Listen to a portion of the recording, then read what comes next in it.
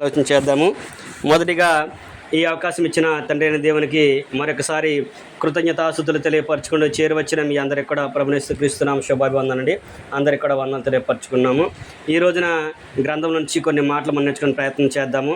గలతీలకు రాసిన పత్రికలో మనం ఆలోచన చేసినట్లయితే గలతీలకు రాసిన పత్రిక 5వ అధ్యాయము 1 నుంచి 4 వచనం మనం చదువుకున్నట్లయితే అక్కడ ఒక మాట ఉంటుంది. ఆ మాటను బట్టి కొద్దిసేపు దేవుని యొక్క వాక్యాన్ని మనం ధ్యానం చేసుకుందాము. గలతీలకు రాసిన పత్రిక 5వ అధ్యాయము 1 నుంచి కనుక మనం చదువుకున్నట్లయితే అపోస్తులైన పౌలు గారు గలతీయ సంఘానికి రాస్తూ ఆయన ఒక విషయాన్ని జ్ఞాపకం చేస్తూ ఉన్నాడు. ఏమన్నాడంటే, ఈ స్వాతంత్రము అనుగ్రహించి క్రీస్తు మనలను స్వతంత్రులుగా చేసి ఉన్నాడు. కాబట్టి మీరు స్థిరముగా నిలిచి మరలా దాస్యమును కాడి కింద చిక్కుకొనకడి. చూడుడి, మీరు సున్నతి పొందిన ఎడల క్రీస్తు వల్ల మీకు ప్రయోజనమేమీ కలుగదని పౌలను నేను మీతో చెప్పుచున్నాను. ధర్మశాస్త్రం యావత్తు అనుసరింపబద్ధుడై ఉన్నాడని సున్నతి పొందిన ప్రతి మనుషునికి నేను మరలా దృఢముగా చెప్పుచున్నాను.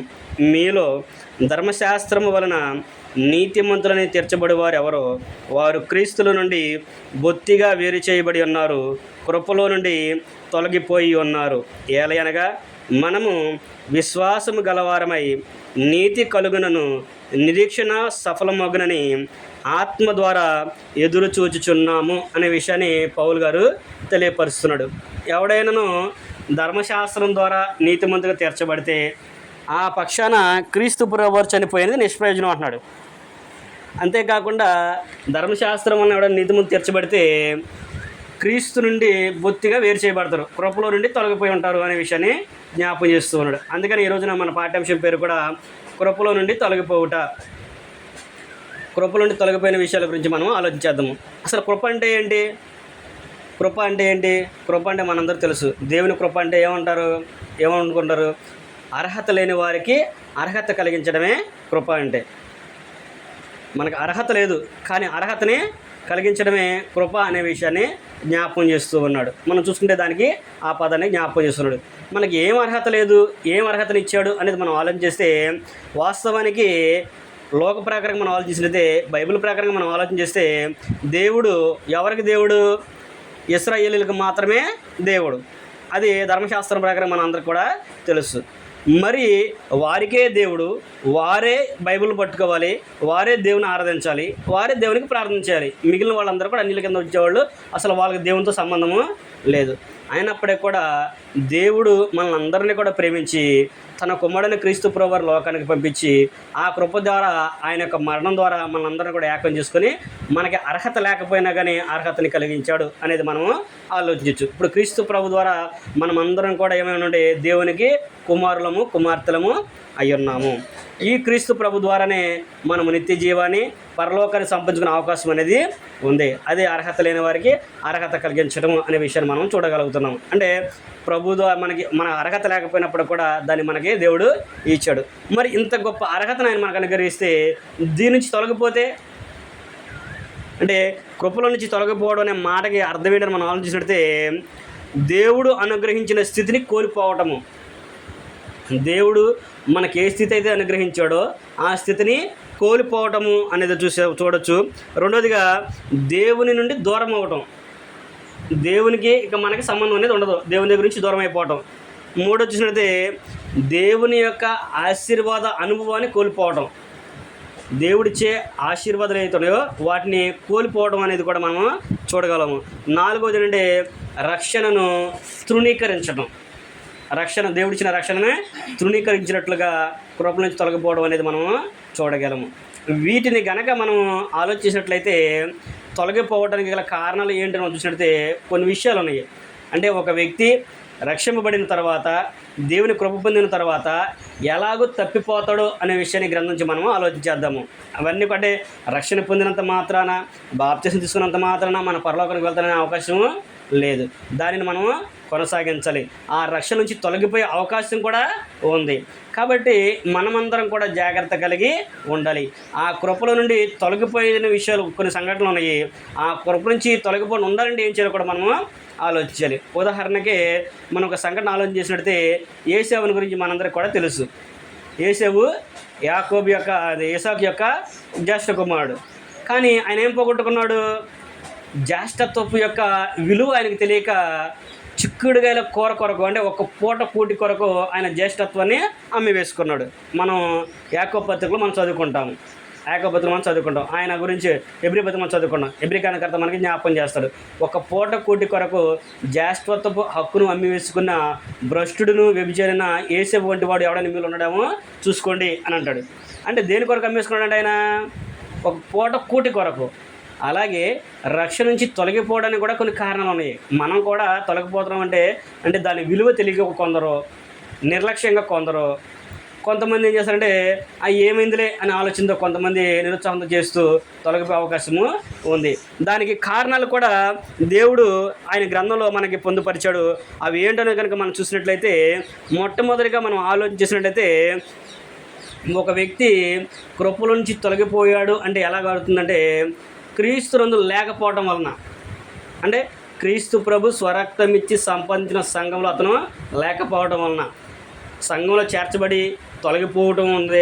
అలాగే సంఘంలో చేర్చబడకపోయినా కానీ అతనికి దేవుని కృప అనేది లేదు.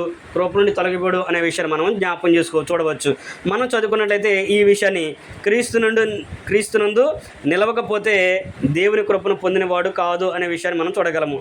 యోహాను సువార్త మనం చదువుకున్నట్లయితే, యోహాను సువార్తను మనం చూసినట్లయితే 15వ అధ్యాయం కనుక మనం చదువుకుంటే, యోహాను సువార్త 15వ అధ్యాయంలో కనుక మనం చదువుకుంటే, అక్కడ ప్రభువారి స్వయంగా ఏం తెలియపరుస్తున్నాం మనం చూసినట్లయితే 4-5 వచనం కనుక మనం చదువుకున్నట్లయితే, యోహాను సువార్త 15వ అధ్యాయము 4-5 వచనం మనం చదువుకుంటే అక్కడ అంటున్నాడు, నా యందు నిలిచియుండుడి, మీ యందు నేనును నిలిచియుందును.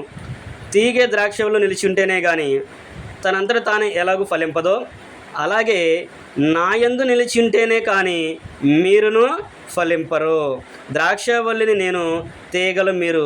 ఎవడు నా యందు నిలిచి ఉండునో, నేను ఎవని యందు నిలిచి ఉండునో వాడు బహుగా ఫలించును. నాకు వేరుగా ఉండి మీరేమీ చేయలేరు. అంటే ఒక వ్యక్తి కృపల నుండి తొలగిపోవటానికి, ఒక వ్యక్తి దేవుని కృపను పొందకపోవడానికి కారణం ఏంటి అంటే, క్రీస్తు నుండి వేరవటము, లేదా క్రీస్తుని అంటిపెట్టుకొని ఉండకపోవటము.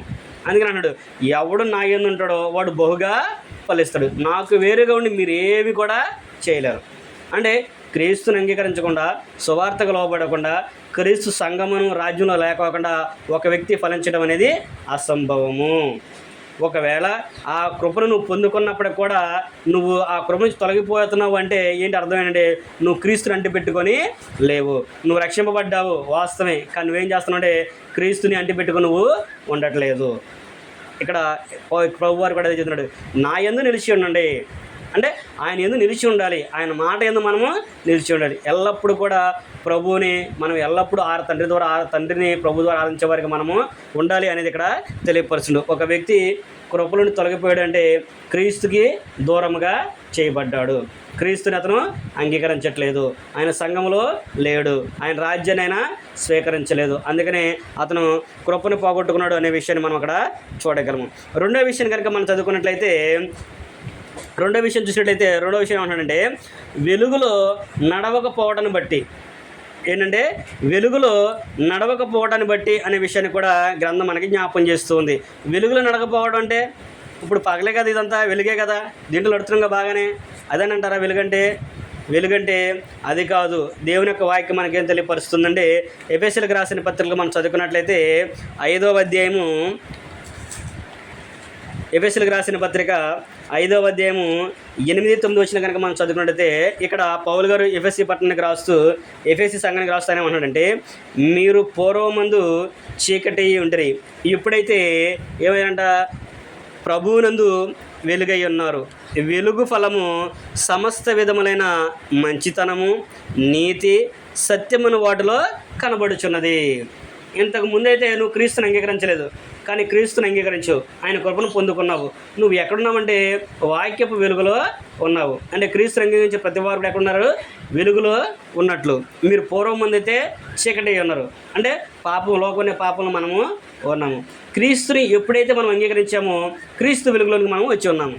క్రీస్తు ప్రభువు ఎవరై, ఎందుకంటే వెలుగై ఉన్నాడు తెలుసు కదా మనందరికీ కూడా. ఆయన వెలుగై ఉన్నాడు, ఆయన ఎందుకు చీకటి ఎంత మాత్రమును లేదు అని మనం పత్రికలు చదువుకుంటాం కదా.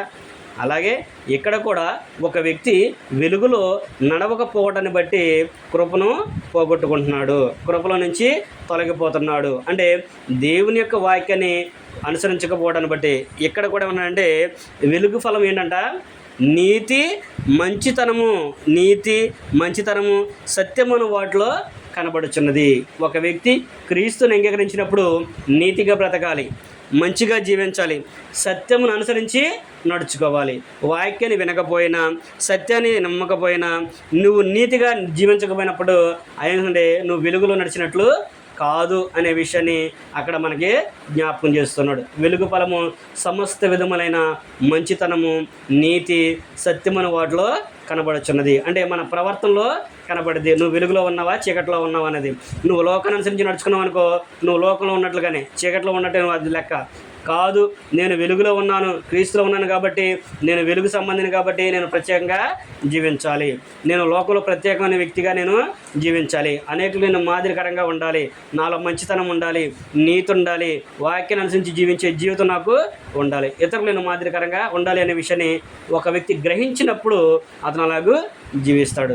అలాగే నువ్వు వెలుగులో లేవనుకో, నీలో నీతి లేదు, మంచితనం లేదు, సత్యం అనేది లేదనుకో, నువ్వేం చేస్తున్నావు అంటే వెలుగులో నడిచినట్లు కాదు, క్రీస్తు నుండి నువ్వు తొలగిపోయావు, కృప నుండి దూరం అయిపోయావు అనే విషయాన్ని ఇక్కడ పౌలు గారు కూడా మనకి జ్ఞాపకం చేయడం మనము చూడగలము.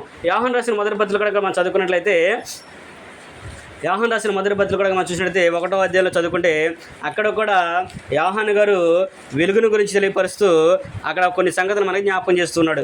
యోహాను రాసిన మొదటి పత్రిక 1వ అధ్యాయము 6వ వచనం నుంచి కనుక మనం చదువుకున్నట్లయితే 5వ వచనం నుంచి మనం చదువుకుందాము. మేము ఆయన వలన విని మీకు ప్రకటించే వర్తమానం ఏమనగా, దేవుడు వెలుగై ఉన్నాడు, ఆయనందు చీకటి ఎంత మాత్రమును లేదు, ఆయనతో కూడా సహవాసం గలవారమని చెప్పుకొని చీకటిలో నడిచిన ఎడల మనం అబద్ధం ఆడుచు సత్యమును జరిగింపకుందము. అయితే ఆయన వెలుగులోనున్న ప్రకారము మనము వెలుగులో నడిచిన ఎడల మనము అన్యోన్య సహవాసం గలవారమై ఉందుము. అప్పుడు ఆయన కుమారుడైన యేసు రక్తము ప్రతి పాపము నుండి మనల్ని పవిత్రులుగా చేయును. ఏం చేస్తుందంట, క్రీస్తు ప్రభువున్న వారికి చీకటి ఎంత మాత్రం కూడా లేదు. క్రీస్తు యొక్క రక్తము మనల్ని ఏం చేస్తుందంటే ప్రతి పాపము నుండి కడుగుతుంది. చీకటి అంటే పాపానికి గుర్తు. నువ్వు క్రీస్తు రక్తంలో కడగబడినప్పుడు నీ పాపాలన్నీ కూడా కడిగివేయబడి అప్పుడు నువ్వు వెలుగుగా ఉంటావు. పౌలు గారు కొలసీ పత్రికలో అంటాడు, మీరు లోకమందు జీవవాక్యంను చేతబట్టుకున్న జ్యోతుల వలె కనబడుచున్నారు అంటాడు. అంటే సత్యవాక్యాన్ని పట్టుకున్న మనం అందరం కూడా వెలుగు సంబంధాలుగా మనము ఉన్నాము. ఇక్కడ యోహాను గారు కూడా అన్నాడు, క్రీస్తునందున్నవాడు చీకటి ఎంత మాత్రం కూడా ఉండదు, ఆయన ఎందుకు చీకటి ఏమాత్రం కూడా లేదు. అంటే దేవుడు ఏం చేస్తాడంటే నీతిని ప్రేమిస్తాడు, దుర్నీతిని ద్వేషిస్తాడు. ఎవడైతే నీతిమంతుడిగా ఉంటాడో అతన్ని ప్రేమిస్తాడు, దుర్నీతి పరులను ఆయన ఏమాత్రం కూడా లక్ష్య పెట్టడు అనే విషయాన్ని మనము జ్ఞాపకం చేసుకోవాలి. కనుక రెండో విషయం ఏంటంటే కృప నుంచి తొలగిపోవడానికి వెలుగు యందు నడవకపోవటాన్ని బట్టి, మొదటిది ఏంటంటే క్రీస్తునందు లేకపోవటాన్ని బట్టి, రెండోది వెలుగులో నడవకపోవటాన్ని బట్టి అతడు కృపలో నుంచి తొలగిపోయినట్లు అనే విషయాన్ని మనము చూడగలము. మూడో విషయాన్ని మనం ఆలోచన చేసినట్టయితే, మూడో పాయింట్కి మనం చూసినట్టయితే, మూడో సంగతిని సత్యవాక్యమును సరిగా విభజించకపోవడాన్ని బట్టి, వినేవాళ్ళు కూడా సత్యవాక్యం సరిగా వినకపోవడాన్ని బట్టి కృపలో నుండి తొలగిపోతారు. దానికి కారణం ఇక్కడ పౌలు గారు అంటాడు, తిమోతికి రాసిన 2వ పత్రిక 2వ అధ్యాయం 15వ వచనం కనుక మనం చదువుకుంటే అక్కడ అంటాడు, దేవుని ఎదుట యోగ్యునిగాను సిగ్గుపడనక్కర్లేని పనివానిగాను సత్యవాక్యమును సరిగా ఉపదేశించేవాని నువ్వు నీవే దేవుని ఎదుట కనపరచుకోవడానికి జాగ్రత్త పడము అనే విషయాన్ని చెబుతున్నాడు. అంటే ఇప్పుడు ఏం తెలియాలి మనకి, సత్యవాక్యము ఉన్నది ఉన్నట్లుగా తెలియాలి, సత్యవాక్యాన్ని అనుసరించి మనము నడుచుకోవాలి. దేవుడు వెలుగై ఉన్నాడు, ఆయన చీకటి అంత మాత్రం లేదన్నాడు, మనం వెలుగు సంబంధాలుగా ఉండాలి. క్రీస్తుకి వేరుకొని మీరేం ఫలించలేరు అని అన్నాడు, క్రీస్తు దగ్గరే మనం ఉండి ఫలించాలి. పాపం చేసేవాడు దేవుడు నేను ఎంత మాత్రం కూడా ప్రేమించను, పాపం చేసి దూషిస్తాను అన్నాడు. అప్పుడు మనం ఏం చేయాలి, పాపం చేయకోకుండా ఉండాలి. ఇవన్నీ మనకు తెలియాలంటే మనం ఎల్లప్పుడూ కూడా దేవుని యొక్క వాక్యాన్ని శ్రద్ధగా వింటూ ఉండాలి. చెప్పేవాళ్ళు కూడా సత్యవాక్యాన్ని సరిగా విభజించి చెప్పాలి. అందరికీ నచ్చాలి అని చెప్పేసి ఎంతమటికి దీవెనలు, ఆశీర్వాదాలు, నీ కుటుంబం దీవించబడింది, నీ పిల్లలు ఆశ్రయించబడతారు, నీ భర్తకు బాగుంటుంది, నీకు బాగుంటుంది అని చెప్పడమే కాదు. అమ్మా, దేవుడు ప్రేమమ్మ స్వరూపుడే కాదనట్లా. ఆయన కోపరుడు కూడా. ఆయన కోపం కూడా ఉంది. ఆయన నీతిమంతులు ప్రేమిస్తాడు, దుర్నీతినైనా ద్వేషిస్తాడు. మనలో పాపం ఉంటే ఆయన మనల్ని ప్రేమించడు అనే విషయాన్ని కూడా మనం ధైర్యంగా చెప్పాలి. పాపం అంటే ఏంటో చెప్పాలి, ఆయన దేని కొరకు వచ్చాడో చెప్పాలి, ఆయన చేసే గొప్ప కార్యాలను కూడా మనం వివరించాలి. అవన్నీ వివరించేటప్పుడు వినేవాళ్ళు కూడా శ్రద్ధగా వినాలి అనే విషయాన్ని కూడా చెబుతున్నాడు. ప్రభువారు కూడా అంటే యేసుక్రీస్తు ప్రభువారు మార్క్స్ వార్తలు మీరు ఏమి వినుచున్నారో జాగ్రత్తగా చూసుకోండి. వినేటప్పుడు ఏం చేయాలంటే జాగ్రత్తగా చూసుకోవాలంట. వినేటప్పుడు జాగ్రత్తగా కనుక వినకపోతే ప్రమాదం ఏంటి? మోసపోతాం. సత్యవాక్యం సరిగ్గా వినినప్పుడు కూడా మనం జాగ్రత్తగా వినకపోతే మోసపోతాం కదా. మరి అంతే కదా. ఇప్పుడు కొంతమంది బళ్ళు వేసుకొని చెప్పుకుంటూ వస్తూ ఉంటారు. చెప్తూ ఏంటంటే కొన్ని మాటలు చెప్తూ ఉంటారు. మా టబ్బులు చాలా గట్టి పక్కన దేశం కానీ పాల్గొట్టడం అని చెప్పన్నాడు. వాళ్ళు చెప్పే విధానం వేరు. మనం దాన్ని తీసుకొని కొడితే ఊరినే బయలుపోతాయి. వాడు కొట్టే ఒక విధానంలో కొడతారు, అట్లా కొడితే పగలవయ్యి. మనం కొడితే మన దగ్గర ఊరినే బయలుపోతాయి. ఆడి దగ్గర అంటే పగలదు అనుకుంటాం, కానీ ఒక టెక్నిక్ ఉంటుంది. అలాగే మనం కూడా దేవుని యొక్క వాక్యం ఉన్నప్పుడు శ్రద్ధగా వినాలి. అందుకనే అపోస్తులు అయిన పౌలు గారు చెప్పినప్పుడు, పౌలు శీల వాక్యం చెప్పినప్పుడు మనం చదువుకుంటాం కదా. అపోస్తుల కార్యం 17-11 వీరు దశలోనికలో ఉన్నవారి కంటే కూడా గనులై ఉన్నది. పౌలు శీల చెప్పిన వాక్యం అలా ఉన్నదో లేదని ప్రతిదినం కూడా పరిశీలన చేశారంట. పరిశీలన చేయాలి. దేవుని యొక్క వాక్యం వినబడుచున్నప్పుడు మనం శ్రద్ధగా విని ఆలకించి దాన్ని నోట్ చేసుకొని తర్వాత మనం దాన్ని పరిశీలన చదువుకొని ఆ లేఖనాలు అలా ఉన్నాయో లేవో తెలుసుకొని ఆ లేఖనాలు అలా ఉన్నాయనుకో వాటిని విశ్వసించాలి. లేదనుకో మనం తెలుసుకొని అవసరమైతే వాళ్ళకి చెప్పేటట్టుగా మనము రెడీ అవ్వాలి అనే విషయాన్ని ఇక్కడ తెలియపరుస్తుంది.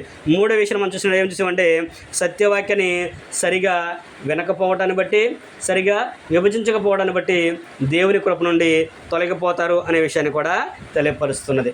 నాలుగో విషయం చూసినట్లయితే మెలకువగా ఉండి ప్రార్థన చేయకపోవటాన్ని బట్టి. కృపలో నుంచి ఎందుకు తొలగిపోతారంటే మెలకువగా ఉండి ప్రార్థన చేయకపోవటాన్ని బట్టి కూడా మనము తొలగిపోతాము అనే విషయాన్ని కూడా చెబుతూ ఉన్నారు. మత్తయి సువార్తలో కనుక మనం చదువుకుంటే యేసుక్రీస్తు ప్రభువారు ఆయన అప్పగింపబడక మునుపు ఆయన తెల్లారితే ఆయన అప్పగింపబడతాడు. ఆ రాత్రి ఆయన కొండ మీదకి వెళ్ళి ప్రార్థన చేస్తూ ఆయన శిష్యులు ఒక చోట కూర్చొని ప్రార్థన చేయమని ఆయన ఇంకొక చోటకి వెళ్ళి ప్రార్థన చేస్తూ ఉంటాడు. ఆయన ప్రార్థన చేసేసరికి వీళ్ళందరూ కూడా నిద్రభారంతో ఉంటూ ఉంటారు. శిష్యులందరూ కూడా నిద్రభారం కలిగి నిద్రపోతున్నప్పుడు ప్రభువారు అంటాడు, కొంచెం సేపని మీరు మెలకువగా ఉండలేరా అనే విషయాన్ని చెబుతూ ఉంటాడు. మనం ఒకసారి చదువుకుందాము. మత్తయి సువార్త 26వ అధ్యాయము, మత్తయి సువార్త 26వ అధ్యాయము 36 నుంచి మనం చదువుకుంటే 46 వరకు ఆ సంఘటన ఉంటుంది. మనము 41 వచనం చదువుకుందాము. 41 వచనం చదువుకుంటే మనకు కావాల్సిన సంఘటన అక్కడ ఉంటుంది. ఏమంటున్నాడంటే, మీరు శోధనలో ప్రవేశింపకుండానట్లు మెలకువగా ఉండి ప్రార్థన చేయుడి, ఆత్మ సిద్ధమే కానీ శరీరం బలహీనమని పేతురుతో చెప్పి అని. ఏమనంటే మీరు శోధనలో ప్రవేశించకుండా అంటే ప్రార్థన చేయండి, మెలకువగా ఉండి ప్రార్థన చేయండి. మనం తెల్లవారులో మెలుగుని ప్రార్థన చేయడం కాదు కదా. మనం ఎల్లప్పుడూ కూడా మెలకువగా ఉంటుంటే ఆత్మ విషయంలో మనం మెలకువగా ఉండాలి. అక్కడ ప్రభువు కూడా అన్నాడు, ఆత్మ సిద్ధమే కానీ శరీరం మటుకి బలహీనమైనది అని పేతురుతో ఆయన చెప్పాడు. ఈ రోజున మనం కూడా దాన్ని అన్వయించుకోవాలి. దాన్ని బట్టి మనం కూడా ఆలోచన చేయాలి. మెలకువగా ఉండి మనం ప్రార్థన చేసేవారిగా ఉండాలి. ఎందుకంటే మనం ప్రార్థన చేసినప్పుడు దేవుడు మన మొరనే ఆలకిస్తాడు, మన మనవనైనా అంగీకరిస్తాడు. మరి మనం మెలకువగా లేకుండా ప్రార్థన చేయకుండా ఉంటే ఎప్పుడు కూడా మనం సోమరబోతులుగా ఉంటే ఆయన మటుకు అంటాడా మనల్ని? ఆయన అంగీకరిస్తాడా? ఏమి కూడా ఆయన మనం మొరవినడు, మనల్ని అంగీకరించడు. అందుకని ఎల్లప్పుడూ కూడా మెలకువగా ఉండి మనము ప్రార్థించాలి. అలా ప్రార్థించకపోవటాన్ని బట్టి దేవుని కృపను మనం పోగొట్టుకుంటున్నాము. అలా చేయకపోవటాన్ని బట్టి మనము దేవుని కృపను పొందలేకపోతున్నాము, పోగొట్టుకుంటున్నాం అనే విషయాన్ని ఇక్కడ తెలియపరుస్తున్నాడు. అంటే కృప నుంచి తొలగిపోవడానికి కారణం ఏంటంటే మెలకువగా ఉండి ప్రార్థన చేయట్లా. నీకు శోధనలు ఎందుకు వస్తున్నాయి? నువ్వు ప్రార్థన చేయట్లా. నీకు ఇబ్బంది ఎందుకు వస్తున్నాయి? నువ్వు ప్రార్థన చేయట్లా. దేవుని కుటుంబంలో ఎందుకు నెమ్మది ఇవ్వట్లేదు? నువ్వు ప్రార్థన చేయట్లేదు. అంతే కదా. మనం ఎప్పుడైతే దేవునికి ప్రార్థనలు ఇస్తామో, మనం ప్రార్థన చేస్తామో, దేవుడు కూడా మనకి సహాయాన్ని అనుగ్రహిస్తాడు. నా పిల్లలు ప్రార్థన చేస్తున్నారు కాబట్టి నేను వాళ్ళకి ఇవ్వాలి అని అంటాడు. అవసరమైతే మనము నిత్యము కూడా అదే పని చేయాలి, ప్రార్థన చేస్తూనే ఉండాలి. ప్రార్థన వలన పరిస్థితులు మారుతాయి అన్నాడు. ఇంతకుముందు మీకు చెప్పా, స్థితిని మారితే ప్రార్థన పరిస్థితులు మారుస్తుంది. దానియేలు గారు సింహాల బోనుడు ఏం చేశాడు? ఆయన ప్రార్థన చేశాడు. సింహాలు ఆయన కూడా చేయలేదు. పేతురు గారిని చెరసాల్లో పెట్టారు, తెల్లారితేని చంపేస్తారు. సంఘం అంతా కూడా ఏం చేసింది? అత్యాసక్తి దాని కొరకు ప్రార్థన చేసింది. అపోస్తుల 14వ అధ్యాయంలో అప్పుడు సంఘం అంతా ప్రార్థించినప్పుడు దేవుడు ఏం చేశాడు? తన దూతను పంపించి పేతురు గారి చెరసాల నుంచి విడిపించి తీసుకొచ్చాడు. అంత గొప్ప కార్యం చేసిన ఆయన ఈరోజు మనకు చేయడా? ప్రభువారు కూడా చెప్పాడు కదా మత్తయి సువార్తలో, వారు నిత్యము ప్రార్థన చేయడానికి, విసుగక ప్రార్థన చేయడానికి ఒక స్త్రీని గురించి అని చెప్పాడు. ఆమె విధవరాలు. రాజు ఎవరంట? మొండవుడు. దేవుడు అంటే భయం లేనోడు. దేవుడు అంటే భయభక్తి లేని వ్యక్తి. అలాంటి ఆయన్ని ఈ ముసలామ నాకు నా ప్రత్యర్థికి నువ్వు తీర్పు తెచ్చాలని చెప్పేసి నిత్యము కూడా ఆయన దగ్గరికి వెళ్తా ఉందంట. నిత్యము వెళ్తుంది, రోజు వెళ్తుంది. తెల్లరంగానే వెళ్ళిపోతుంది, ఆయన గుమ్మం దగ్గర నుంచి ఉంటుంది. ఆయన ఒకరోజు చూసి ఆయన ఒకరోజు తీర్మానానికి వచ్చేసాడు. ఆ రాజుగారు ఏమనుకున్నాడంటే, ఈరోజు ఏది ఏమైనా సరే ఆమెకి న్యాయం చేసినాక నేను వేరే పనికి వెళ్తాను అన్నాడు. నేను వేరే కార్యాన్ని చూసుకుంటాను అన్నాడు. ఎందుకు అనుకున్నాడు ఆయన? ఆయనే అంటాడు అక్కడ మనం చదువుకుంటే మత్తయి సువార్తలో ఆయన అంటాడంటే, నేను దేవునికి భయపడిన వాడు, నా దగ్గర నీతి లేదు, యథార్థత లేదు, నేను మంచివాడిని కదా అందరికీ కూడా తెలుసు. కానీ ఈమె నా దగ్గరికి వచ్చి నాకు న్యాయం తీర్చమని పద్దాగా అడుగుతుంది కాబట్టి అసలు ఆమెకి ఇప్పుడు న్యాయం చేయమని నేను ఎక్కడ కూడా వెళ్ళను అనుకున్నాడు. మరి అలాంటి నాయకుడే అలాగనుకుంటే మన దేవుడు, మన తండ్రి, మన ప్రభు మనకి న్యాయం చేయడా? నా పిల్లలు నా కొరకు వాళ్ళు ప్రార్థన చేస్తున్నారు, వారి కుటుంబం కొరకు. వాళ్ళకి ఏం చేయాలి? వాళ్ళకి ఏం లోటుగా ఉంది? వీళ్ళ ఫలాన్ని ఉందా? వాళ్ళకి ఎలాగైతే నీవు దారిలో తీసుకురావాలి వాళ్ళని అనే ఆలోచన చేసి మనకు చక్కని మార్గానైనా ఏర్పాటు చేస్తాడు. మన అవసరాలన్నీ కూడా ఆయన తీరుస్తాడు. ఎప్పుడు? మనం మెలకువగా ఉండి ప్రార్థించినప్పుడు. మనం మెలకుండి ప్రార్థన చేస్తే దేవుని కృపని పోగొట్టుకోలేము. దేవుని కృపను పొందుకునే వారికి మనము ఉంటాము. నువ్వు ఈ రోజున దేవుని కృపను నువ్వు పొందుకోలేదు అంటే, మన కుటుంబంలో నెమ్మది లేదంటే, మనం శోధనలో ఉన్నామంటే ఏం చేస్తున్నామంటే మెలకువగా ఉండి మనము ప్రార్థన చేయట్లేదు. ప్రార్థన చేయట్లా. ముందు మెయిన్ అది. మెలకువ అనేది పక్కన పెట్టినా కానీ మనం ఏం చేయట్లేదు, ప్రార్థన చేయట్లా. ప్రార్థన చేయాలి. కుటుంబంలో ప్రార్థన అనేది ఉండాలి అనే విషయాన్ని 4వదిగా మనము చూసాము. 5వ విషయాన్ని మనం చదువుకున్నట్లయితే, 5వ విషయాన్ని కనుక మనం చూసినట్లయితే, మేలైనది చేయకపోవటాన్ని బట్టి, మేలైనది చేయకపోవడాన్ని బట్టి కూడా మనం కృపనే పోగొట్టుకుంటున్నాము. యాకోబు పత్రికలో కనుక మనం చదువుకుంటే, అక్కడ యాకోబు పత్రిక 4వ అధ్యాయము 17వ వచనం కనుక మనం చదువుకుంటే, అక్కడ ఆయన ఒక విషయాన్ని జ్ఞాపకం చేస్తున్నాడు. 4వ అధ్యాయము 17వ వచనం మనం చదువుకుంటే, కాబట్టి మేలైనది చేయనెరిగి అలాగూ చేయని వానికి పాపము కలుగును. పాపం అంటే చీకటి. మరి పాపానికి ఆయనకి సంబంధం లేదు కదా. పాపాన్ని దేవుడు ప్రేమిస్తాడా? పాపిని ప్రేమించడు. అప్పుడు నువ్వేం చేస్తున్నావు? కృపనే పోగొట్టుకుంటున్నావు. నీకు మేలైనది నువ్వు చేయగలిగినది చేయకపోతే నువ్వు దాన్ని పోగొట్టుకుంటున్నావు, కృపలో నుంచి తొలగిపోతున్నావు అనే విషయాన్ని కూడా ఇక్కడ యాకోబు గారు మనకి జ్ఞాపకం చేస్తున్నాడు. నా వలన నా సహోదరుడికి ఇది మేలవుతుంది, నేను ఇది చేయగలను, కానీ నేను ఆయన చేయను అనుకుంటే ఎట్టాగా? చేయగలిగే సామర్థ్యం మనకు ఉంది, మనం చేయగలము. చేయకపోతే ఒప్పుకుంటాడా? ఒకవేళ మనుషులు అంగీకరించవచ్చు, ఒకవేళ చుట్టుపక్కల అంగీకరించవచ్చు, కానీ దేవుడు అలాగా చేయడు. వాళ్ళకి ఎన్నో చేసామండి మేము, కానీ వాళ్ళకి కృతజ్ఞత లేదు. ఈసారి మటుకు నేను చేయను అని అనుకుంటే సరిపోయిద్దా? అది వాళ్ళకి అప్పగించి అది దేవుడు చూసుకుంటాడు. నువ్వు చేస్తానే ఉండాలి మన పని. మనం ఏంటంటే మనం చేయదగిన కార్యాలు, మనం చేయదగిన పని ఏదైతే ఉందో, చేయదగిన సహాయం ఏదైతే ఉందో అది ఇతరులకు మనం చేస్తూనే ఉండాలి. అలా చేయకపోతే పాపము కలుగుతుంది అనే విషయాన్ని తెలియపరుస్తున్నాడు. మేలైనది చేయనరిగి అలాగే చేయకపోవడాన్ని బట్టి పాపం చేసిన వారు అవుతాము. అప్పుడు దేవుని కృపను మనము పోగొట్టుకున్నాం.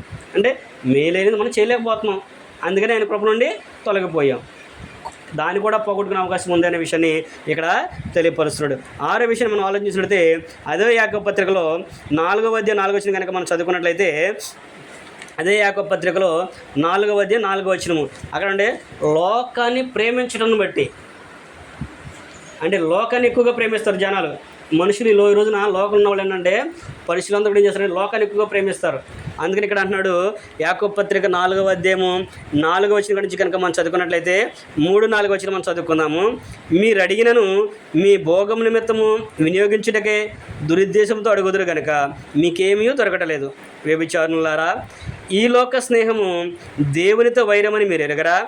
కాబట్టి ఎవడు ఈ లోకముతో స్నేహం చేయగోరునో వాడు దేవునికి శత్రువగును. నువ్వు ఈ లోకంతో స్నేహం చేయాలనుకుంటే నువ్వేమవుతున్నావు అంటే దేవునికి శత్రువు అవుతున్నావు.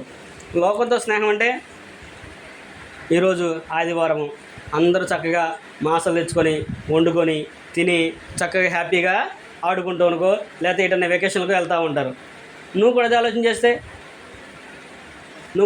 చేస్తే అప్పుడు నువ్వేం చేస్తున్నట్టు? నువ్వు లోకాన్ని ప్రేమిస్తున్నట్టు, నువ్వు కూడా లోకాన్ని ఆశించినట్టు.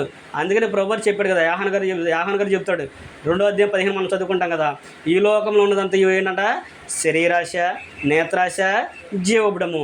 ఇవి మన తండ్రి వలన పుట్టినవి కాదు. మరి తండ్రి వల్ల పుట్టకపోతే దేని బట్టి పుట్టినవి? అపవాది ద్వారా పుట్టినవి అన్నీ కూడా.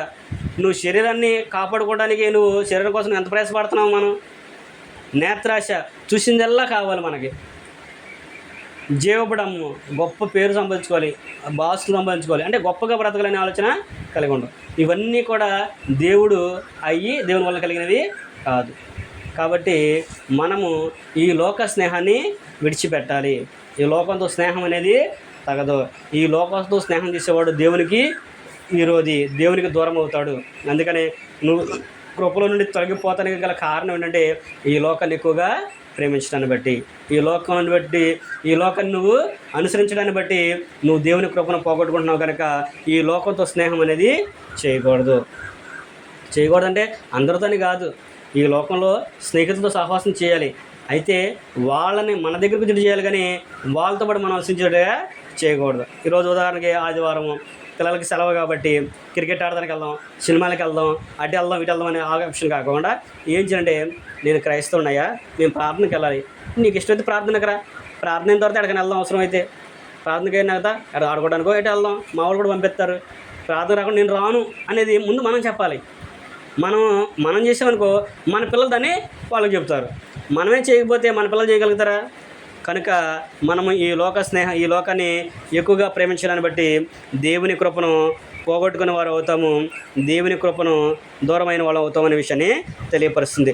7వ విషయం కనుక మనం ఆలోచన చేసినట్టయితే, మనుషుల యొక్క ఉపదేశాన్ని బట్టి, మనుషుల యొక్క మాటను వినటాన్ని బట్టి మనము దేవుని కృప నుండి తొలగిపోతాము అనే విషయాన్ని ఇక్కడ తెలియపరుస్తుంది. మనం చదువుకున్నట్లయితే ఎఫెసీయులకు రాసిన పత్రిక 4వ అధ్యాయం కనుక మనం చదువుకుంటే, ఎఫెసీయులకు రాయబడిన పత్రిక అపోస్తలుడైన పౌలు గారు ఎఫెసీయులకు రాసిన పత్రిక మనం చూసినట్లయితే, ఎఫెసీ పత్రిక 4వ అధ్యాయము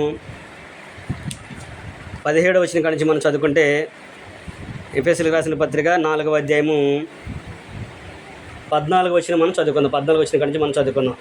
14వ వచనం కనుక మనం చదువుకున్నట్టయితే, అందువలన మనం ఇక మీదట పసిపిల్లలమై ఉండి మనుషుల మాయోపాయము చేత వంచనతోనూ తప్పు మార్గమునకు లాగు కుయుక్తితోనూ గాలికి కొట్టుకొని పోవునట్లు కల్పింపబడిన ప్రతి ఉపదేశమునకు ఇటు అటు కొట్టుకొని పోవచ్చు అల్ల చేత ఎగరగొట్టబడవారమై ఉండనట్లుగా. ఏంటంటే ఇక్కడ పౌలు గారు అంటున్నాడు, ఎఫెసీ పట్టణానికి రాస్తూ, మీరు పసిపిల్లలై ఉండి, అంటే పసిపిల్లలు ఎవరిని అంటారు? పసిపిల్లల్ని ఏమంటారు? ఎవరు చెప్పిన మాట వాళ్ళు వింటున్నారని వాళ్ళు ఏమంటారు? వాళ్ళ వాళ్ళకి ఏమీ తెలియదు, అందుకని వాళ్ళు ఎవరు మాట చెప్పినా వెళ్తారు, ఎవరు చెప్పినా వినకపోతే తిడతానే ఉంటారు అవసరం అయితే. అంటే వాళ్ళకి పిల్లలు కాబట్టి వాళ్ళకి తెలియదు. మనము కూడా ప్రతి మాటను కూడా నమ్మకూడదు, ప్రతి విషయాన్ని కూడా మనము ఆలకించకూడదు, ప్రతి విషయాన్ని కూడా మనము లక్ష్య పెట్టకూడదు. ఇక్కడ పౌలు గారు కూడా అన్నాడు, మనుషుల మాయోపాయం చేత వంచనతోనూ కుయుక్తిలాగు మాటలతో మీరు అలల చేత కొట్టబడిన వారికి మీరు ఉండొద్దు. కనుక మీరేం చేయాలంటే వాక్యాన్ని అనుసరించినట్టుగా ఉండాలి. మంచి ఉపదేశాన్ని వినాలి, కానీ మనుషుల యొక్క ఉపదేశాన్ని కాదు. నీకు ఉపదేశించబడి అనుకో, వాళ్ళు ఒక వ్యక్తి ఒకవేళ సుమారుగా నీకు పలానా మాట చెప్పాలనుకున్నాడు అనుకోండి, నువ్వు ఒక వ్యక్తి వచ్చి, అమ్మ నువ్వు దీవించబడతావు, నీ కుటుంబం ఆశించబడుతుంది, నీ కుటుంబానికి దేవుడు మేలు చేస్తానని చెప్పాను అనుకోండి, దేన్ని బట్టి చేస్తాడు, లేఖనం ఏం చెప్తుంది అనేది మనం ఆలోచన చేయాలి.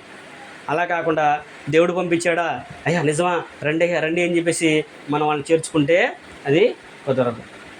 మనుషుల యొక్క మాటల చేత మనం ఉండకూడదు. మనుషులందరూ కూడా ఏం ఉపదేశిస్తారంటే వాళ్ళకి నచ్చినవి వాళ్ళు చెబుతారు, మనుషుల్ని ఆకట్టుకోవడానికి వాళ్ళు చెప్తారు తప్ప వాళ్ళు దేవుని యొక్క వాక్యం ఉన్నట్లుగా చెప్పే పరిస్థితి ఈ రోజున లేదు. కనుక ఆనాడు పౌలు గారే చెప్పాడు, ఈరోజు ఇంకా ఎక్కువ ఉంటుంది. కాబట్టి మనం చాలా జాగ్రత్తగా ఉండాలి. మనుషుల మాటలు మనము నమ్మకూడదు. ఏం చేస్తారంటే మన దగ్గర ఒకటి చెప్తారు, మళ్ళీ వాళ్ళ దగ్గరికి వెళ్ళి కూడా చెప్తారు. లోకం మనం తెలిసిందే కదా. అలాంటప్పుడు మనం ఎలా ఉండాలి? చాలా జాగ్రత్తగా ఉండాలి. మన మాట కూడా పొదిగ్గా ఉండాలి. మనము కూడా సహోదరుల మీద సాటిలు చెప్పేవారిగా ఉండకూడదు. అలా చెప్తే దేవుడు కూడా అంగీకరించడు. అందుకనే సామెత గ్రంథకర్త అంటాడు, కీర్తన గ్రంథం కూడా అంటాడు, ఆయన తన సహోదరి మీద నేరం మోపేవాడిని నేను ఇంటి ముందరగా ఎంచను, అన్నదమ్ములకి జగడలు పుట్టించే వారిగా మీరు ఉండొద్దు అనే అనేక సంగతులు చెప్తూనే ఉంటారు. కనుక మనం కూడా ఏంటంటే మనుషుల ఉపదేశాలను బట్టి చాలా జాగ్రత్తగా ఉండాలి. అది దేవుని ఉపదేశమా మనుషుల ఉపదేశమా అని ఆలోచించేసి మనము గ్రంథాన్ని బట్టి ఆలోచించాలనే విషయాన్ని దేవుని గ్రంథం మనకి తెలియజేస్తుంది. అలా కాకపోతే అక్కడ ఏం చేస్తుంటే మనం కృప నుండి తొలగిపోతాం అనే విషయాన్ని కూడా తెలియపరుస్తున్నాడు. పౌలు గారికి కూడా ఒక సందర్భంలో అంటాడు కొరింథీ పత్రికలో, ప్రతి వారు కూడా పెళ్లి కాని వారితో చెప్తున్నానని చెప్పి అంటాడు, నా వెల ఉండట మీకు మంచిది, అయితే ఇది దేవుని యొక్క ఆజ్ఞ కాదు కానీ నా ఉద్దేశం అంటాడు ఆయన, నా ఆలోచన అంటాడు. నా వెల ఉండటం అనేది పురుషుడు పెళ్లి కాని ప్రతి ఒక్కరికి నేను చెప్తుంది ఏంటంటే నా వెల ఉండటం మంచిది అని అంటాడు. కానీ అది దేవుని యొక్క ఉపదేశం కాదు, దేవుని యొక్క ఆజ్ఞ కాదు, నా ఆలోచన అనే విషయాన్ని పౌలు గారు చెప్తాడు. అంటే పౌలు గారు ముందే చెప్పాడు నా ఆలోచన ఇది అని, నువ్వు ఉండగలిగితే ఉండయ్యా లేకపోతే వద్దు అని చెప్పేసి ఆయన చెప్పాడు. దాన్ని ఆలోచన చేసుకోవాలి. మనం వాక్యాన్ని మనం ఆలోచన చేసి అది ఎందుకు చెప్పాడు అనే విషయాన్ని మనం గ్రహిస్తే అప్పుడు మనకు కూడా దేవుని యొక్క వాక్యం మనకి అర్థమవుతుందనే విషయాన్ని తెలియపరుస్తుంది. కనుక మనుషుల యొక్క మాయ ఉపదేశాన్ని బట్టి మనము కృపలో నుంచి తొలగిపోయే అవకాశం ఉంది అనే విషయాన్ని కూడా తెలియపరుస్తున్నాడు. ఎందో విషయాన్ని కనుక మనం ఆలోచించినట్లయితే క్రైస్తవులు ఏ పని చేయకపోవటాన్ని బట్టి కృపలో నుండి తొలగిపోతారు. క్రైస్తవులంట కష్టపడి పని చేయాలి. దేవుని యొక్క వాక్యం మనకు అదే వివరిస్తుంది. దశలోనికి రాసిన 2వ పత్రిక కనుక మనం చదువుకుంటే అక్కడ పౌలు గారు దశలోనికలో ఉన్న సంఘానికి తెలియపరుస్తూ 2వ పత్రిక కనుక మనం చదువుకున్నట్లయితే దశలోనికి రాయబడిన 2వ పత్రిక 3వ అధ్యాయము మనం చదువుకుంటే అక్కడ పౌలు గారు ఆ విషయాన్ని మనకి జ్ఞాపకం చేస్తున్నాడు. 10వ వచనం కాడి నుంచి మనం చదువుకుందాము. దశలోనికి రాసిన 2వ పత్రిక 3వ అధ్యాయము 10వ వచనం కాడి నుంచి కనుక మనం చదువుకుంటే, మరియు మేము మీ ఎదుట ఉన్నప్పుడు ఎవడైనా పని చేయనొల్లని ఎడల వాడు భోజనం చేయకూడదని మీకు ఆజ్ఞాపించింది కదా. మీలో కొందరు ఏ పనియూ చేయక పరుల జోలికి పోవచ్చు, అక్రమంగా నడుచుకొనుచున్నారని వినుచున్నాము. అట్టివారు నెమ్మదిగా పనిచేయచ్చు సొంతముగా సంపాదించుకున్న ఆహారం భుజింపవలని మన ప్రభువైన యేసుక్రీస్తు పేరట వారిని ఆజ్ఞపూర్వకంగా హెచ్చరించుచున్నానని అంటాడు. హెచ్చరిస్తున్నారంట ఏమని? పని చేయకుండా భోజనం అనేది చేయకూడదు. ఈరోజు ఏం పని చేసాం మనం భోజనం చేయడానికి? పని చేయడానికి భోజనం చేయడానికి పని ఏం చేసాం మనం? ఏం చేసాం అనేది ఒక వ్యక్తి ఆలోచించాలి. కష్టపడి పనిచేసి తన కష్టార్జితం సంపాదించుకొని భోజనం చేయాలి అనే విషయాన్ని చెబుతున్నాడు. ప్రతి వారికి కూడా తినే అధికారం కూడా దేవుడే ఇవ్వాలి. ప్రసంగి గ్రంథంలో మనం చదువుకున్నాం, ఆయన సెలవు లేక ఒక పూట భోజనం చేసి సంతోషించడం ఎవరికి సాధ్యము? ఎవరికి సాధ్యమైంది? ఎవరికి సాధ్యమైద్దా? దేవుని సెలవు లేకుండా ఎవరైనా భోజనం చేయగలడా? దేవుడు అవకాశం ఇస్తేనే మనము సంపాదించుకొని తినగలము. కనుక ఆయన సెలవు ఇవ్వాలి. ఆయన సెలవు ఏమంటున్నాడంటే, ఇక్కడ ఏమన్నాడంటే పౌలు గారు కూడా ఏమన్నాడంటే, మీరు కష్టపడి పనిచేయాలి. ఇతరుల జోలి మీకు వద్దు. నువ్వు క్రైస్తవుడివి, దేవుని కుమారుడివి, దేవుని కుమార్తెవి, కనుక నువ్వు భోజనం చేస్తున్నావు అంటే ఆ భోజనం తగ్గ పని నువ్వు చెయ్యాలి. పనివాడు జీతానికి పాత్రుడు అనే విషయాన్ని కొరింథీ పత్రిక పౌలు గారు చెప్పాడు. నువ్వు ఏ పనైనా చెయ్యి. నువ్వు గృహం కొరకు పని చేస్తావా, దేవుని కొరకు పని చేస్తావా, లేకపోతే ఇంటి కొరకు పని చేసుకుంటున్నావా, నీదేగా నువ్వు పని చేసి ఆహారాన్ని తిను, అది నీకు క్షేమము అనే విషయాన్ని ఇక్కడ పౌలు గారు కూడా మనకి జ్ఞాపకం చేస్తున్నారు. కనుక క్రైస్తవులు కష్టపడి పని చేయడం ద్వారా దేవుని కృపను పొందుకుంటారు. కష్టపడకపోతే దేవుని కృపను పోగొట్టుకుంటారు అనే విషయాన్ని జ్ఞాపకం చేస్తూ ఉన్నాడు. పని అంటే భార్య స్త్రీలు ఏం చేస్తారు?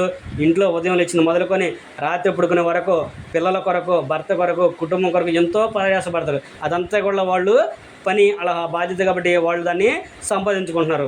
పురుషుడు ఉదయం లేచింది మొదలుకొని సాయంత్రం పడుకునేంత వరకు భార్యను, బిడ్డల్ని పోషించుకోవడానికి ఆయన కష్టపడాల్సిన అవసరం ఆయన ఉంది కనుక ఆయన కష్టపడి పనిచేసి దాన్ని సంపాదించుకొచ్చి భార్యకు, బిడ్డలకి పెట్టాలి. యవనస్తులైనా సరే కష్టపడి తల్లిదండ్రులు చదివిస్తున్నారు కాబట్టి ఏం చేయాలంటే కష్టపడి చదువుకొని ఆ చదువు తగినట్లుగా మంచి సామర్థ్యం సంపాదించుకొని వాళ్ళ కష్టానికి నువ్వు ఫలితాన్ని తేవాలి అని అది ఎక్కడైనా చెబుతున్నాడు. ఒక దేవుని సేవకుడు కానివ్వండి, ఒక క్రైస్తవుడు కానివ్వండి, మనం ఎన్ని పనులు చేసినప్పుడే కూడా దేవుని పనిని కూడా మనం జరిగించేవారిగా ఉండాలి. దేవుని పనిలో మనం కూడా పాలి భాగస్వామ్యం అవ్వాలనే విషయాన్ని కూడా తెలియపరుస్తున్నాడు. ఇక 9వ విషయాన్ని కనుక మనం చదువుకున్నట్లయితే సమయమును సరిగా వినియోగించకపోవడాన్ని బట్టి, సమయాన్ని సరిగా వినియోగించకపోవడాన్ని అందుకని అంటాడు ఎఫ్ఎస్సి పత్రిక మనం చదువుతాడు కదా, ఏమన్నాడు అక్కడ ఎఫ్ఎస్సి పత్రికలో అంటాడు 5వ అధ్యాయం కనుక మనం చదువుకున్నట్లయితే, ఎఫ్ఎస్సీలకు రాసిన పత్రిక 5వ అధ్యాయము 15-16 వచ్చిన మనం చదువుకున్నట్లయితే అక్కడ పౌలు గారు ఏమంటే జ్ఞాపకం చేస్తూ ఉన్నాడు. 15-16 కలిసి చదువుకుంటే, దినములు చెడ్డవి గనక మీరు సమయమును పోనీయక సద్వినియోగం చేసుకొనచ్చు, అజ్ఞానులే కాక జ్ఞానులోనే నడుచుకొనచ్చు, జాగ్రత్తగా ఉండుడి అనే విషయాన్ని జ్ఞాపకం చేస్తున్నాడు. సమయం ఉన్నప్పుడే మనం ఇంటిని చక్కబెట్టుకోవాలి. సమయం ఉన్నప్పుడే మనం దేవుని యొక్క ప్రేమను పొందుకోవాలి. సమయం ఉన్నప్పుడే మన నిత్య జీవాన్ని సంపాదించుకోవాలి. నువ్వు సమయం గడిచిపోయిన తర్వాత ఎంత ప్రయాసపడినా కానీ ఫలితం అనేది ఉండదు. ఏసావు గురించి జ్ఞాపకం చేశా. ఆయన సమయాన్ని పోగొట్టుకున్నాడు, తర్వాత దాన్ని ఎంతో ప్రయాసంగా వెతికాడు, కానీ ఆయనకి సమయము దొరకలేదు. ఇంకా మరలా దాన్ని పొందుకునే అవకాశం కూడా లేదు. కనుక దేవుడు మనకు అవకాశం ఇచ్చినప్పుడు నేడు అనే సమయం ఉండగానే మనం మారు మనసు పొందాలి. ప్రభువుని అంగీకరించి సువార్తకు లోబడినట్లయితే ఆయన సంఘమైన రాజ్యంలో మనం చేర్చబడినప్పుడు దేవుడు కూడా మనకు సహాయాన్ని అనుగ్రహిస్తాడు. అందుకని అన్నాడు, దినములు చెడ్డవి కనుక మీరు సమయాన్ని పోనీకోకుండా సద్వినియోగం చేసుకొని అజ్ఞానులే కాక జ్ఞానులుగా మీరు నడుచుకోండి. సమయం ఉండగానే ఇల్లు చక్కబెట్టుకోవాలి. హిజ్కియా గారికి దేవుడు ఒక మాట జ్ఞాపకం చేస్తూ ఉంటాడు, నీ దినములు సమాప్తం వచ్చినావు కనుక నువ్వేం చేయమన్నాడంటే నీ ఇంటిని చక్కబెట్టుకోమన్నాడు. ఆయన దేవుని వేడుకున్నాడు కనుక అది ఆయనకి దగ్గి. ఈనాడు కూడా మనము ఏ రోజు ఎలాంటిదో మనకు తెలియదు కనుక నేడు అనే సమయం ఉన్నప్పుడే మనం మన ఇంటిని చక్కబెట్టుకోవాలి, మన ఆత్మను చక్కబెట్టుకోవాలి, మన కుటుంబాన్ని మనం చక్కబెట్టుకోవాలి, మన ఆత్మీయ స్థితిని కూడా మనం ఏంటంటే చక్కబెట్టుకోవాలి అనే విషయాన్ని కూడా జ్ఞాపకం చేస్తున్నాడు. కనుక మనము ఇశ్రాయేలీయులు కొన్ని పనులు చేశారు. దేవుడు అంటాడు, జెఫన్యా గ్రంథంలో మనం చదువుకుంటే అక్కడ జెఫన్యా గ్రంథంలో ఒక మాట ఉంటుంది. జెఫన్యా గ్రంథము 2వ అధ్యాయము 1వ వచనం కనుక మనం చదువుకుంటే అక్కడ జెఫన్యా గారితో ఇశ్రాయేలుని హెచ్చరిస్తూ ఒక మాటను జ్ఞాపకం చేస్తూ ఉంటాడు.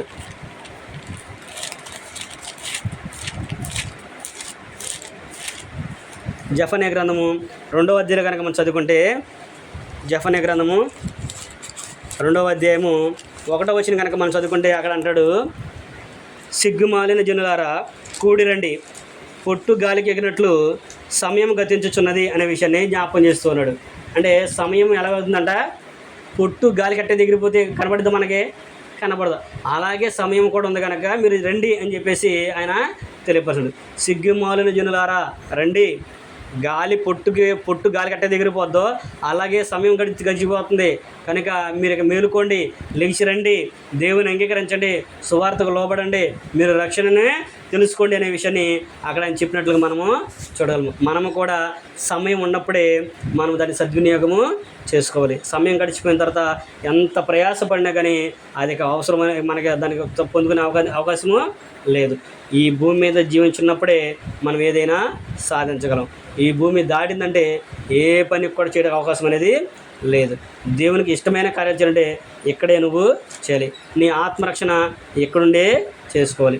ఏ దినం ఏంటో మనకు తెలియదు కనుక నేడు సమయం ఉన్నప్పుడే మనం మారుమనసు పొందాలనే విషయాన్ని కూడా అక్కడ ఆయన మనకి తెలియపరుస్తున్నాడు. చివరిగా 10వ విషయంగా మనం ఆలోచిస్తే, 10వ పాయింట్ మనం ఆలోచిస్తే, సంఘమునకు క్రమముగా ఉండడాన్ని బట్టి, సంఘ కార్యక్రమాలకి దూరం అవడాన్ని బట్టి కూడా ఏం చేస్తుంటే కృపలో నుండి తొలగిపోతున్నారు.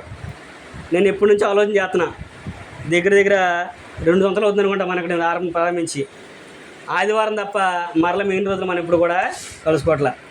మరి మీరు వెళ్తున్నారు కాబట్టి మీకు సరిపోతుంది, మరి వీళ్ళు వెళ్తున్నారో లేదో నాకు తెలియదు. అనయ్య పలానా రోజున ఖాళీగా ఉంటున్నాం రండి అనయ్య వాకింగ్ చెప్పుకుందని ఏ రోజు కూడా అడగలేదు మీరు. ఆదివారం గంట మనకు సరిపోయిద్దా? వాస్తవం అయితే రోజు కూడా మన దేవుని వాక్యాన్ని వినాలి, కానీ వారంలో ఆదివారం ఒక్కరోజు 1 గంటే తప్ప మనకి మిగిలిన రోజులు మనం తెలుసుకోవట్లేదు. మరి మనం ఎలా దేవుని కృపను పొందుకుంటాము, మనం ఎలా పొందుకుంటాము అనేది మనము ఆలోచన చేసుకోవాలి. అంటే నేను అంటున్నాను కాదు, మనం ఆలోచన చేయాలి, మనము ఆలోచన చేసుకోవాలి. బుధవారమే కాదు, మనకు అనేక మేము 10 రోజులు ఖాళీగా ఉన్నాం రాన్నారు అనుకోండి, దేవుని కృపను బట్టి మేము కూడా ఖాళీగా ఉన్న రోజున మేము కూడా వచ్చి మనం నేర్చుకున్నాం. మనకు మంచిది. ఒకలా గురువారం అంటే వెళ్తున్నా సరే ఓకే, మనం కాదను, కానీ మనం కూడా ఎక్కడ కూడా ఒకరికి ఏర్పాటు చేసుకున్నాం కాబట్టి, ఒక క్రమాన్ని ఏర్పడుతున్నాం కాబట్టి, ఇక్కడైతే మీరు అందరూ ఉంటారు కదా, మేము కూడా వచ్చినప్పుడు కొన్ని కొత్త సంగతి మనం నేర్చుకునే అవకాశం అనేది ఉంటుంది. అన్ని పాత విషయాలే, ఆత్మీయంగా బలపడతాం, బలపడతాం మనం కొద్దిగా జ్ఞాపకం చేసుకుంటే అనే విషయాన్ని మనం జ్ఞాపకం చేయాలి. అందుకనే ఏమంటాడంటే సంఘ కార్యక్రమాలను బట్టి కూడా దానికి దూరం అయ్యే అవకాశము, కృపను పోగొట్టుకునే అవకాశం కూడా ఉంది. దానికి మనం చదువుకున్నట్టయితే హెబ్రీ గ్రంథకర్త చెబుతారు కదా 10:24-25 ఏమంటాడు, ఆ దినము సమీపించని మీరు చూసిన కొలది ఒకరినొకడు కూడా ఏం చేయాలంట, హెచ్చరించుకొని పురుగొల్పుకోవాలి అనే విషయాన్ని చెబుతున్నాడు. మరి ఆ దినం అంటే మనం ప్రతిదీ ఆదివారాన్ని కలుపుకుంటున్నాం, కానీ ప్రతిరోజు మనం ఎందుకు కలుపుకోలేకపోతున్నాము? ప్రతిదినము కూడా మనం ఏం చేయాలి, దేవుని యొక్క వాక్యాన్ని నేర్చుకోవాలి, దేవుని యొక్క వాక్యాన్ని వినాలి, మన ఆత్మీయ జీవితాన్ని బలపరచుకోవాలి. ప్రతిదినం కూడా కుటుంబ ప్రార్థన అనేది ఉండాలి. ఆదివారం ఒక్కరోజు మనం ఆరాధనకి వెళ్తే సరిపోయిద్దా? మధ్యలో తరగతులకు వెళ్ళాలి, అలాగే మనం సొంతంగా నేర్చుకోవాలి, మనం సొంతంగా వినాలి, ప్రతి కార్యంలో కూడా మనం పాల్పొంపులు అనేది పొందాలి. ఎప్పుడైతే మనం వాటిని అనుసరించి నడుచుకుంటామో అప్పుడు మనం కూడా దేవుని కృపను పొందుకున్న వారి లిస్టులో మనం ఉంటాం తప్ప కృపను పోగొట్టుకునే వారిగా మనము ఉండము. ఇప్పటి వరకు కూడా కృప నుండి తొలగిపోవడం అనే విషయం గురించి మనం ఆలోచన చేసినప్పుడు కృప నుంచి ఎవరు తొలగిపోతారు అంటే 10 విషయాలు మీకు జ్ఞాపకం చేశా. ఏంటంట, మొదటిది క్రీస్తుని అంటిపెట్టుకుని ఉండకపోవడం బట్టి. క్రీస్తుకి వైదొలిగితే నువ్వు కృపని పోగొట్టుకుంటావు. మరి కృప పొందుకోవాలి అంటే క్రీస్తునందున్న వారికి ఏ శిక్ష విధి కూడా లేదు. రోమా 8:1 చెప్తారు కదా. అంటే ఏం చేయాలి, ఇప్పుడు క్రీస్తుని అంటిపెట్టుకుని ఉంటే మనం కృపనే పొందుకుంటాము. రెండో విషయం ఏం జ్ఞాపకం చేసుకున్నాం, మనం వెలుగులో నడుచుకోవాలి. ఆ వెలుగులో నడవకపోవడాన్ని బట్టి కృపను మనము పోగొట్టుకుంటున్నాం. మరి కృపను పొందుకోవాలి అంటే వెలుగులో నడవాలి, క్రీస్తు యొక్క వెలుగులో నడవాలి, వాక్యపు యొక్క వెలుగులో మనము నడవాలి అనేది మనము చూసాము. మూడోది సత్యవాక్యాన్ని సరిగా విభజించకపోవడాన్ని బట్టి కృపల నుంచి తొలగిపోతాము. కృపను పొందుకోవాలంటే సత్యవాక్యమును సరిగా విభజించాలి, సరిగా నేర్చుకోవాలి. అందుకనే పౌలు గారు తిమోతి పత్రికలో మొదటి పత్రికలో అంటాడు, 3వ అధ్యాయంలో 14-15 చదువుకుంటాం కదా. అయినను నేను ఆలస్యం చేసిన యెడల దేవుని మందిరంలో అనగా జీవము గల దేవుని సంఘంలో జనులు ఎలాగో ప్రవర్తింపవలనో మీకు తెలియని నేను రాస్తున్నాను. ఆ సంఘము సత్యమునకు స్తంభమును ఆధారమై ఉన్నది అనే విషయాన్ని చెప్తున్నాడు. అంటే సత్యము దేని గురించి అంటే సంఘంలో చేర్చడానికి ఒక అవకాశం అనేది ఉంటుంది. సత్యవాక్యాన్ని సరిగా విభజించడాన్ని బట్టి మనము దేవుని కృపను పొందుకుంటాము అనే విషయాన్ని తెలియపరుస్తుంది. 4వ విషయం అంటే మెలకువగా ఉండి ప్రార్థన చేయకపోవటాన్ని బట్టి కృపను పోగొట్టుకుంటున్నాం. ఇప్పుడు మన కృపను పొందుకోవాలంటే మెలకువగా ఉండి దేవునికి ప్రార్థించాలి. నువ్వు ఉదయం చేస్తావా, మధ్యాహ్నం చేస్తావా, రాత్రి చేస్తావా, సాయంత్రం 5ంటికి చేసుకుంటావా, నీ ఇష్టం అది, నువ్వు ఎప్పుడైనా కానీ ప్రతి దినము కూడా మనం అంటే దేవునికి ప్రార్థన చేయాలి. ఉదయం లేచింతోనే మనం ప్రార్థన చేయడం అనేది ప్రారంభించాలి. ప్రతి దినాన్ని కూడా మనం ప్రార్థనతోనే ప్రారంభించుకోవాలి. అది ప్రతి ఒక్కరు కూడా జ్ఞాపకం చేసుకుంటే దేవుని కృపను పొందుతాం. మనం కృపను పోగొట్టుకోము. మన మెలుగుండి ప్రార్థన చేసానుకుంటే దేవుని కృప మనం పొందుకుంటాం అనేది ఇక్కడ 4వది మనం చూసాము. 5వది మేలైనది చేయకపోవటాన్ని బట్టి కృపని పోగొట్టుకుంటాం, కృపలో నుంచి తొలగిపోతాం. అప్పుడు మనం ఏం చేయాలి, మేలైనది మనకు చేతనైన సహాయం చేస్తే దేవుని కృపను పొందుతాము అనే విషయాన్ని మనము చూసాము. 6వది లోకాన్ని ఎక్కువగా ప్రేమించడాన్ని బట్టి. అప్పుడు మనం ఏం చేయాలి, దేవుని కృప పొందాలి అంటే లోకాన్ని కాకుండా దేవుని ఎక్కువగా మనము ప్రేమించాలి. దేవుని మనం ప్రేమించామనుకో ఏం చేస్తాము, దేవుని కొరకు కార్యాలు మనము చేస్తాము, ఆయన చెప్పిన ప్రకారం మనము జీవిస్తాము. 7వది మనం చూసినట్టయితే మనుషుల యొక్క ఉపదేశాన్ని బట్టి ఏం చేస్తున్నారంటే దేవుని కృపను పోగొట్టుకుంటున్నారు. అలాంటప్పుడు మనం ఏం చేయాలి, మనుషుల యొక్క మాటను మనము లక్ష్య పెట్టకోకుండా వాళ్ళు ఉపదేశించేది దేవుని యొక్క వాక్యాన్ని బట్టి ఉపదేశిస్తున్నారు లేదనేది మనం తెలుసుకొని కృపను పొందుకునే వారిగా ఉండాలి. 8వ విషయం మనం ఏమైనా ఆలోచిస్తుంటే పని చేయకపోవటాన్ని బట్టి, కష్టపడి పని చేసి సంపాదించుకోవాలనేది తెలియపరుస్తున్నాడు. కష్టపడుకోకుండా ఊరిని వచ్చి తినడం అనేది కాదు, కష్టపడి పని చేయాలి. ప్రతి పనిలో కూడా కష్టం అనేది ఉంది. ఆ పని నువ్వు ఇష్టంగా చేస్తే ఫలితాన్ని పొందుకుంటావు. అందుకని ప్రతి వ్యక్తి కూడా పని చేయాలి, పని అనేది చేసి సంపాదించుకోవాలి. ఏ పని అనేది నీ ఇష్టం. అది చదువుకోవడం కష్టమే, చదువుకుని గొప్ప ప్రజలు కూడా అవుతావు. కుటుంబం కొరకు హార్డ్ పని చేసినా కానీ ఆ పనులు నువ్వు పని సంపాదించుకో, దాంట్లో కూడా నువ్వు సంపాదించుకుంటావు, దాంట్లో కూడా మంచి పేరు వస్తుంది. సువార్త ప్రకటన అనేది కూడా పనే. సువార్త అనేది ప్రకటన అనేది పని కదా, ఎంత పని ఇది, చాలా భారంతో కూడిన పని. ఇది కూడా పనే, దీన్ని కూడా కష్టపడి పని చేయాలి, కష్టపడితేనే వస్తుంది. సువార్థికుడు అని చెప్పేసి నువ్వు ఎప్పుడు ఆదివారం ఒకరోజు బైబిల్ చదివితే కాదు, ప్రతిదినం కూడా దాన్ని చదవాలి, నీ జీవితాన్ని అన్వయించుకోవాలి, ఇతరులకు నేర్పించాలి, ఇతరులను ప్రభువులోకి నువ్వు నడిపించాలి, అనేక గ్రామాలకు వెళ్ళాలి, అనేకులకు దాన్ని నేర్పించాలి. అది కూడా పని. కాబట్టి కష్టపడి పని చేయాలనేది కూడా మనము చూసాము. కష్టపడకపోతే దేవుని కృపను పోగొట్టుకునే వారిగా ఉంటాము. 9వ విషయం ఏం చూస్తుంటే సమయాన్ని సరిగా ఉపయోగించుకోకపోవడాన్ని బట్టి కృపను పోగొట్టుకుంటాం. అదే సమయాన్ని చక్కగా వినియోగించుకున్నాం అనుకో దేవుని కృప మనం పొందుకుంటాం. ఈరోజు ఆదివారం మనకి 7:30కి ఆరాధన. కరెక్ట్గా మనం సమయానికి వచ్చి కూర్చున్నాం అనుకో 8:30కి మనకు ఆరాధన అయిపోద్ది. మనం ఏం చేసినప్పుడు సమయాన్ని ఉపయోగించుకున్నట్లు. మనం 7:30కి ఆరాధన అయితే 8:30 కూర్చుంటే మనం ఏం చేస్తున్నట్టు సమయాన్ని వినియోగించుకోవట్లేదు. సమయాన్ని ఏం చేస్తున్నట్టే పోగొట్టుకుంటున్నాం అనేది జ్ఞాపం చేసుకొని సమయాన్ని వినియోగించుకోవడాన్ని బట్టి దేవుని కృప మనం పొందుకుంటాము. చివరిగా 10ది సంఘ కార్యక్రమాలకి. అంటే మనము ఎక్కువ శాతం సమయాన్ని దేని కొరకు కేటాయించాలంటే దేవుని కొరకు కేటాయించాలి. దేవుని కొరకు కాకుండా మన కొరకు కనుక మనం కేటాయించుకుంటే దాన్ని మనము పొందుకోలేము. దేవుని కృపను పోగొట్టుకున్న వారిగా అవుతాము. కాబట్టి దేవుని కృపను పొందాలంటే ఈ 10 విషయాలు కూడా మనము ఆలోచించాలి. పోగొట్టుకోవడానికి కూడా ఆ 10 విషయాలే కారణం. ఇన్ని చెప్పినప్పటికీ ఇన్ని విన్నప్పటికి కూడా కొంతమంది ఏం చేస్తారంటే పేతురు గారు చెప్పినట్లుగా ఒక విషయాన్ని జ్ఞాపకం చేస్తారు. చివరిగా వచ్చిన మనం చదువుకొని ముగించుకున్నాం. పేతురు గారు అంటాడు ఒక మాట. పేతురు రాసిన మొదటి పత్రిక 2వ అధ్యాయము 22వ వచనం కనుక మనం చదువుకున్నట్లయితే పేతురు రాసిన 2వ పత్రిక 2వ అధ్యాయము 22వ వచనం 21, 22 వచనం చదువుకుందాం. వారి నీతి మార్గమును అనుభవపూర్వకంగా తెలుసుకొని తమకు అప్పగింపబడిన పరిశుద్ధమైన ఆజ్ఞను తొలగిపోవట కంటే ఆ మార్గము అనుభవపూర్వకంగా తెలియక ఉండటయే వారికి మేలు. కుక్క తన వాంతికి తిరిగినట్టు కడుగబడిన పంది బురదలో దొరులకు మరలినట్లు అను నిజమైన సామెత చొప్పున వీరికి సంభవించెను. అంటే దేవుని యొక్క కృపను పొందుకున్నవాడు ఎలా ఉండాలి అంటే దాన్ని జాగ్రత్తగా కాపాడుకునేవాడిగా ఉండాలి తప్ప దాన్ని పోగొట్టుకునే లెక్క అయితే ఆ కృపను పొందకుండా ఉండడమే మంచిది. అసలు దేవుని దగ్గర రాకపోవడం వాడికి మంచిది. అయ్యా నాకు అసలు తెలీదు అని చెప్పవచ్చు.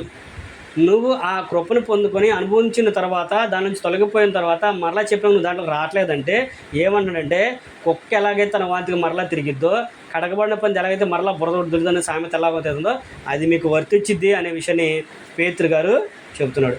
కనుక అలాంటప్పుడు మనం ఏం చేయాలి? దేవుని యొక్క వాక్యాన్ని అనుసరించి మనము నడుచుకోవాలి. ఆయన కృపను అనుసరించి మనము జీవించాలి. ఆయన కృపలో మనము బలపడాలి. ఆయన కృపను పొందుకొని నిత్యము ఆనందించే వారికి మనం ఉండాలి అనే విషయాన్ని దేవుని యొక్క వాక్యం మనకి జ్ఞాపకం చేస్తుంది. కనుక మనము దేవుని యొక్క కృపను పొందుకున్నాం కనుక ఆ కృపని పోగొట్టుకోకుండా జాగ్రత్తగా కాపాడుకోవాలని విషయాన్ని ప్రేమతో మీకు తెలియపరుస్తూ నాకు నేను తెలియపరచుకుంటూ ఈ మాటలంతటితో ముగిస్తున్నాను. ఓపిక తిన్న మీ అందరికీ కూడా ప్రభు నామమున వందనాలు తెలియపరచుకుని అందరికీ కూడా వందనం.